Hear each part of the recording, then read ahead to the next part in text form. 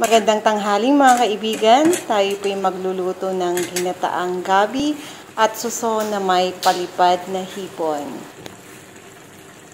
Ayan nga po, nakaredy na ang sangkap, ang fresh na nyog na galing sa puno ng kapitbahay. Nahimay na rin po natin ang napakalagkit na gabi. At ito naman ang susong palipit, nalinis na po natin siya ng mabuti. At maglalagay din tayo ng palipad na hipon bilang pampalasa. Na-prepare na rin po ang ating mga sangkap at maaari na po tayong magsimulang maggisa. At yun nga po, tapos na po tayong nakapag-gisa. Kumukulo na rin po ang katas ng nyog at ilalagay na rin po natin ang susong palipit.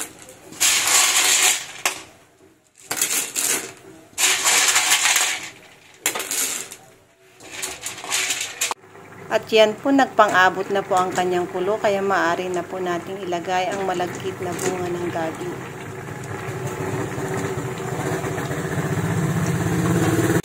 Ayan po, atin pong halo-haloing mabuti para manuot at magbantay ang lasa.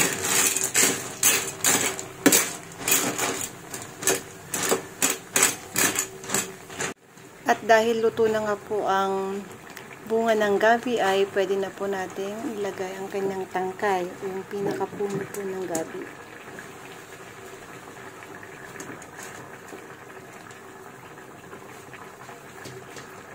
At yan nga po mga kaibigan, luto na po ang ating ginataang gabi at suso na may palipad na hipon.